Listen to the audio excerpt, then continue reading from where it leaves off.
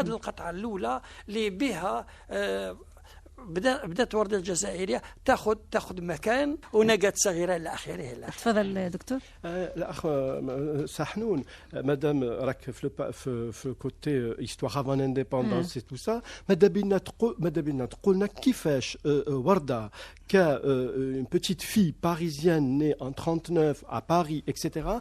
كيفاش on lui a et puis elle connaissait rien du tout de l'Algérie، ما كانش تعرف كاع في الجزائر، باباها جزائري ويماها لبنانيه، كيفاش دخلوا لها هذاك في راسها وفي قلبها لو باتريوتيزم الجيريان الوطنيه كيفاش دخل لها هذاك الاخر باش تكون من بعيد هكذا. ما شاء الله. طبعا اولا من الاخبار، ونسمع اخبار تلفزيون واذاعه وكذا وكذا، بلادك راهي طايره، بلادك عملتهم طلعوا ثوارهم كذا بار انفورماسيون دابور. كانت العائله متحمسه من هذه الناحيه. والعائله الثانيه، العائله تاعها الثانيه اللي حقيقه صنعت منها مناضله فنانه، صنعت منها فنانه مناضله صح. لان مصر كي خدات هذاك الصوت نتاع ورده عجنته، وصنعوا منها فنانة نجمة اللي تأدي، لأن كان صوتها يثبت نفسه نفسه في الميدان الفني الموسيقي. الجانب هذا الأغاني، وهي شوف سبحان الله روح الوطنية، أنا كنت حاضر معها يعرضوها باش تعمل أغاني في بورسعيد وفي اسكندرية وفي كذا في هذاك الوقت، وهي مش مبتدئة يعني بالنسبة لهم هم، بالنسبة للأسماء اللي كانت صوت جديد ومبتدئة. تفرض فيهم بشرط نغني أغنية وطنية في الحفل. دونك من اللي جات الدينوميناسيون تاع الجزائرية لا وردة، هذيك وردة الجزائرية، وكان مشجعها كانت اسمها الفتاة وردة، واللي كان حتى اسطوانات الفتاة وردة. واللي مشجعها على الوطنية نتاعها وياما السند نتاعو كان مفيد، هو وجدي الحكيم طبعا. وجدي الحكيم كان مذيع في صوت العرب. احنا ندفع عشان شادية تغني وعبد الحليم واغاني. وطبعا اول قافله زارت الجزائر في بدايه الاستقلال كان يقودها وجدي الحكيم وجماعه عبد الحليم وكثير من الاسماء ثم شوف جانب هذا سبحان الله الازدواجيه هذه صعيبه كتسبها عند مطربه تكون مناضله وفنانه، يا تكون مناضله تكون جميله بوحيرت مثلا، كلنا جميله وما تقدرش تكون تغني، او تكون او بوكو انجاجي انورميمون، لان ما فيش. وطبعا هما اذكياء مش ما نقولش حيليين، الفنانين هما الفنانين. وقلت لك كاين سومباتي هذه في الباب الاول، في السومباتي كاين عبد الوهاب في الفيلم نتاع حلمي رفلة أسأل دموع عينية، وفريد الأطرش وبالغ حمدي يا نخلتين في العلالي. شوف صنعوا منها عبد الوهاب القمة كذا، فريد الأغنية الحلوة الخفيفة، لا إله إلا وبالغ حمدي يا نخلتين في العلالي يا بلا حمسة طابوا على كذا وكذا. يعني الأغنية الشعبية باش يحببوا صوتها في كل العشاق تاع وردة والوطن العربي. On va toujours en relation avec l'Algérie في هذاك الوقت، ce moment historique avant qu'on ait notre indépendance. جاء الوطني الأكبر. Et le morceau justement تاع وردة اللي عطاه لها محمد عبد الوهاب خاص للجزائر، وين تقول وطنية ثورة على استعمارهم، املا جزائرك نار دمرهم، لو نستشهد كلنا فيك صخر جبلنا راح يحاربهم، والاستعمار على ابنا نهاية رحم الدنيا زمان وقت، لا في الجزائر ولا في عمان تهدى الثورة على الطغيان. الأمان إلا بنصر الشعب العربي. وطني حبيبي وطني الأكبر، يوم ورا يوم أمجاده بتكبر، بانتصاراته مليا حياته. وطني بيكبر وبيتحرر، وطني وطني وطني الثورة على استعمارهم، املا جزايرك نار دمرهم. وطني الثورة على استعمارهم، املا جزايرك نار دمرهم. لو نستشهد كلنا فيك صخر جبلنا رح يحاربهم. لو نستشهد كلنا فيك صخر جبلنا رح يحاربهم. الاستعمار على ايدنا نهايته، رحمة الدنيا زمان ووقته. الاستعمار على ايدنا نهايته، رحمة الدنيا زمان ووقته.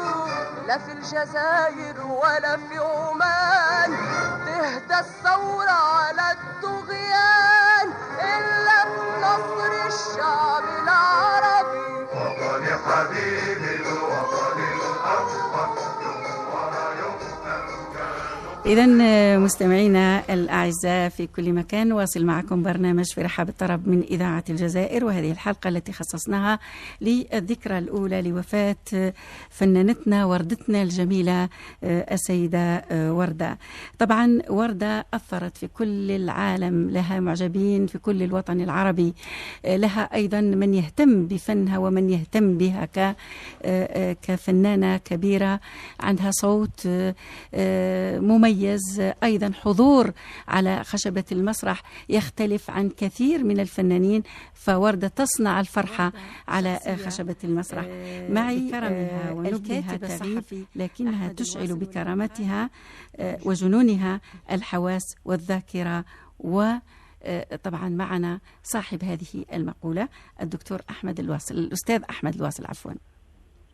اهلا وسهلا. مرحبا بك. والله ما عرفت كيفاش نقدمك لاننا حبنا لوردة ونسعد كثيرا لما نجد من هذا الوطن العربي الكبير من يهتم بوردة، والاستاذ من المملكة العربية السعودية. مرحبا بك استاذ. اهلا وسهلا فيكم. انا بسميها مش ذكرى رحيل، هي ذكرى انه نجمة تلمع في السماء كل سنة. نعم.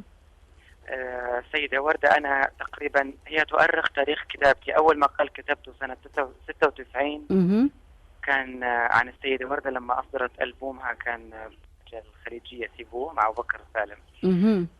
لكن علاقتي بوردة يعني تمتد إلى الأسرة، يعني والدتي تسمى يعني جادة للسيدة وردة.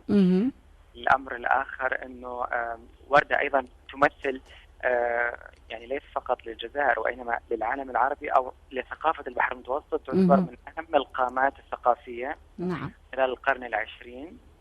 السيدة وردة أيضا يميزها عن الكثير من المغنين أو المغنيات في العموم أنها جمعت 3 قارات في حنجرتها. ولدت في باريس في أوروبا، والدها من الجزائر من أفريقيا، والدتها من آسيا من لبنان. نعم. وبالتالي هي تعتبر مغنية جمعت 3 قارات، إذن هي تجمع نوع من أنواع الثقافة العالمة، يعني المنطلقة المتخطية حدود الواحدة يعني. نعم. نعم. طبعا أستاذ أكيد أن الفنانة وردة كقامة كمناضلة كمجاهدة استطاعت أن تؤثر في هذا الوطن العربي تأثير إيجابي جدا، بحيث أنها قدمت أغاني وطنية للجزائر اللي كانت تخدم الثورة الجزائرية. وبالتالي يعني أنت كباحث وكمهتم بوردة كيف ترى هذا التأثير؟ صوت الثورة الجزائرية منذ اندلاعها بلا شك لا يمكن أن يغيب اسم سيدة وردة، لأنه المرحوم الشاعر صالح الخرفي كان يدرس في القاهرة، وبالتالي عندما جاءت وردة إلى القاهرة سنة 59 توافق أنه كتب لها مجموعة من الأناشيد والقصائد لحنها الأستاذ رياض السنباطي.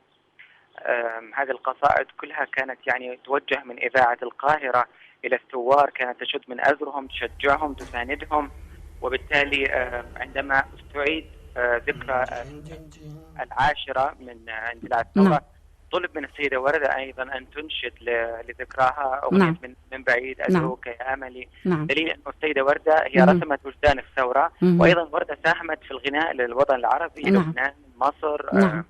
نعم طبعا أستاذ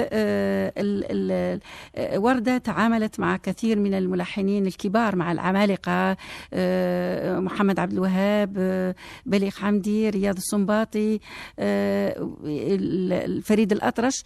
يعني هذا يعني ما نقولش أن هؤلاء قدموا لوردة يعني هذه الألحان لأنها من الجزائر فقط، ولكن لأن وردة عندها صوت أيضا كان يرقى إلى ألحان هؤلاء.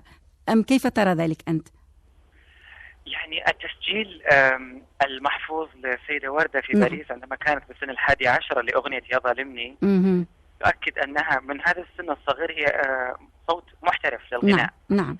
وبالتالي عندما عملت في البداية في إذاعة ماركوني في باريس مع مجموعة من الملحنين التوانسة الكبار، محمد الجموسي، رضا القلعي، أهلها كصوت، دربها في نفس الوقت أن تنطلق وتستطيع أن تغني كل الألوان وكل الأنماط الغنائية. فبالتالي كان بالسهولة عليها عندما عملت في لبنان مثلا مع عفيف رضوان في المون واحد مع محمد محسن طبعا من سوريا، أو عندما انتقلت إلى مصر وتعاملت مع الكبار سواء الجيل الكبير محمد القصبجي ورياض السنباطي عبد الوهاب، أو ما يعتبر واسطة العقد الذي يعني يعتبر هو وإياها فعلا أنتجوا أهم مشوارهم، بليغ حمدي ووردة طبعا. نعم.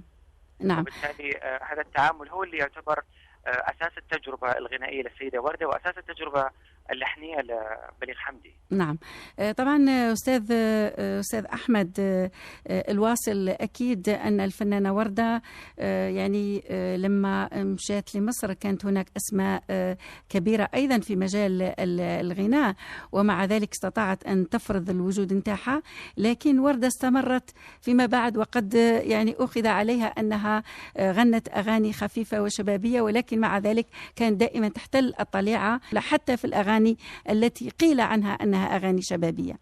لكل إنسان مراحل تطور، وبالتالي لا يكون هناك الاختلاف في المستوى، إنما هو اختلاف في الدرجة حسب متطلبات أي مرحلة. نعم. ما غنته من البداية يعني من أول ما غنت مثلا في فترة ما كانت في باريس أغاني يعني مشهورة، أشنقول والكردوس مع محمد الجموسي، أو أغانيها حتى آخر أغنية أطلقت من أيام، هي تعبر بشكل عام عن فكر ومزاج وثقافة وخبرة السيدة وردة. نعم. القصة لا تقاس بالأشكال بالمتر أو بالأحجام، إنما تقاس بالمستوى بالنوع. الدرجة تتغير لأننا نحن حسب متطلبات الزمن نتغير ونتكيف، لكن العبرة بالمستوى، ووردة لم تتنازل عن المستوى على الإطلاق. نعم. بالنسبة للغناء الخليجي، نحن نعرف أن الأغنية الخليجية طبعا لها أداء مميز ومقاماتها تختلف عن في الغناء عن الأغنية الشرقية المعروفة أو الأغنية الجزائرية. كيف ترى أداء وردة لمثل هذه الأغاني الخليجية؟ يعني أنا سأطلق معلومة قد تكون هي مفترض معروفة سلفا لكن ربما أنها منسية في الذاكرة.